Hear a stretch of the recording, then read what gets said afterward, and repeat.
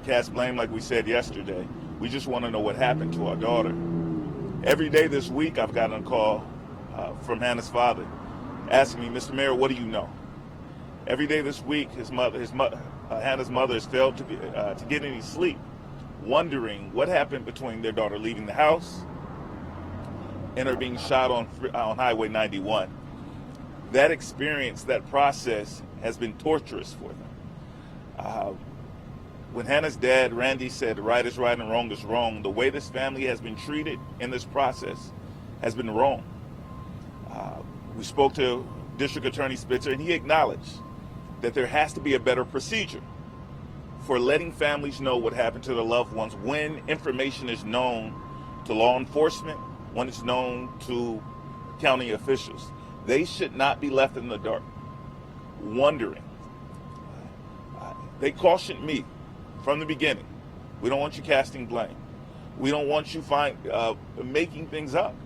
We simply want to know what happened to our child. They deserved that. We learned today, as you all probably learned, that Hannah was in a shooting stance at the time the officer discharged his weapon. If they had known that from the beginning, that would have gave them a bit more closure. That would have helped them sleep a bit more. Now, we still have questions. There's still an ongoing investigation.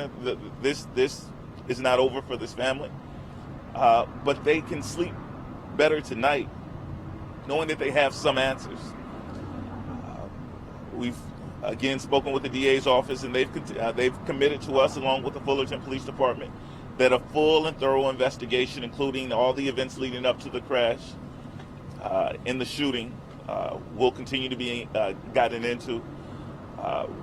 When there is an open line of communication between law enforcement and grieving families, then we can get into other information about Hannah's mind state at the time, some of the things that she may have been struggling with in understanding mental health, etc.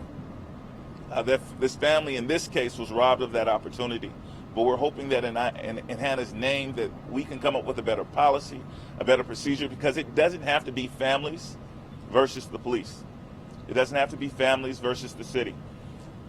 And so we leave here to go recover Hannah's body, which has been kept from them until this time. They haven't been able to identify or say their final goodbyes to this date. Our understanding is that it has been released from the coroner's office now, and we will go and take her to the funeral home. And that will be an additional chapter for this family of saying their goodbyes. The family is not ready to speak today. I will take a few questions. Please be respectful of what this family has just gone through as I answer your questions. Mr. Mayor, obviously this is a tragic situation all around, and especially for this family. That being said, after seeing this video and hearing the 911 tape, do you think the officer's actions were warranted at this point? So, just like, and this is a question that we have for the district attorney's office, just as they're not ready to draw a conclusion, we're not ready to draw a final conclusion. There's still a lot of evidence to mince through. And quite frankly, as an attorney, most of my clients, and I do mostly police brutality cases, most of my clients suffer from some sort of mental defect that is causal or contributory towards their shooting. We as a nation just have to do better treating mental illness, identifying it and responding to it. This officer had very little time to make that kind of analysis in this case. We appreciate that. The family has acknowledged that. He came around the corner and saw a person in a shooting stance, and it is difficult to make a decision, a split-second decision in that manner. We can't exonerate him at this point, but we certainly can't condemn him. Is it fair to say that your fight at this point is about the procedures and the time in which this family was able to be given that information? Is that the crux of your argument now? That is a critical point. It has been a critical point from the beginning. It's what we call in civil rights procedural justice. Anytime a police officer uses deadly force, they have a responsibility. The city has a responsibility to be transparent and available to a family and to the community. And so that is an ongoing fight. There are other issues with this case that we need to continue to explore. Was the proper protocol followed from the beginning to end, from the initial stop to the treatment and care that she received afterwards? Everything needs to be looked into. And so that is ongoing. But certainly procedural justice is an important aspect of it. Mr. Mayor, originally the family had said that she had a great day, she was in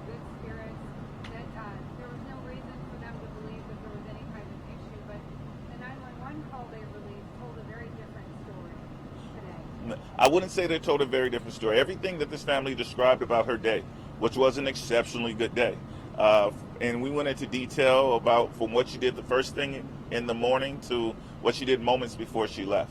Now, for over a year, and again, I want to respect the family's privacy, but for over a year, Hannah did struggle with some mental health concerns. She was at a particularly high point in those struggles. She was on her medication, and people who have family members who struggle from mental health know that when they're on their meds and they're in a good position, then they can operate as normal. From this family's perspective, that day she was operating not only as normal but on a high level. There was a concern which we expressed yesterday when the 17-year-old daughter, who did not have a license and did not have permission, left the home without the car. After hours, that concern grew, and that was the kind of trepidation that you heard in that phone call. But it was not because they believed that she was out to do harm to herself or to others. They wanted to know where their daughter was. The dad did say, I believe she's going to harm herself. I have to go back and listen to the tape. I know that that he certainly said that she was on her medication, that she was not armed, and that he was concerned about where his daughter was. To be clear, the family chose not to watch the tape. Did you watch the tape? I did watch the tape. What is your assessment of the police story about how this went down? Does that, in your view, match what you saw on the tape? Well, and this was our major concern yesterday and all week. The police story was void of details. If someone had told us that Hannah took on a shooting stance, then we would have a better explanation of why an officer decided to discharge. We had one witness who we didn't find to be credible who offered that. And other witnesses who offered contradictions to that. Law enforcement, if you read through their narratives, they never offered, well, the officer came around the corner and saw someone in a shooting stance and had no choice. We don't want law enforcement or the district attorney's office to reach conclusions early on in the investigation, but they should certainly share important details with the family. We don't, and I really appreciate you all coming out. I think we're going to wrap it up at this time. Thank you so much.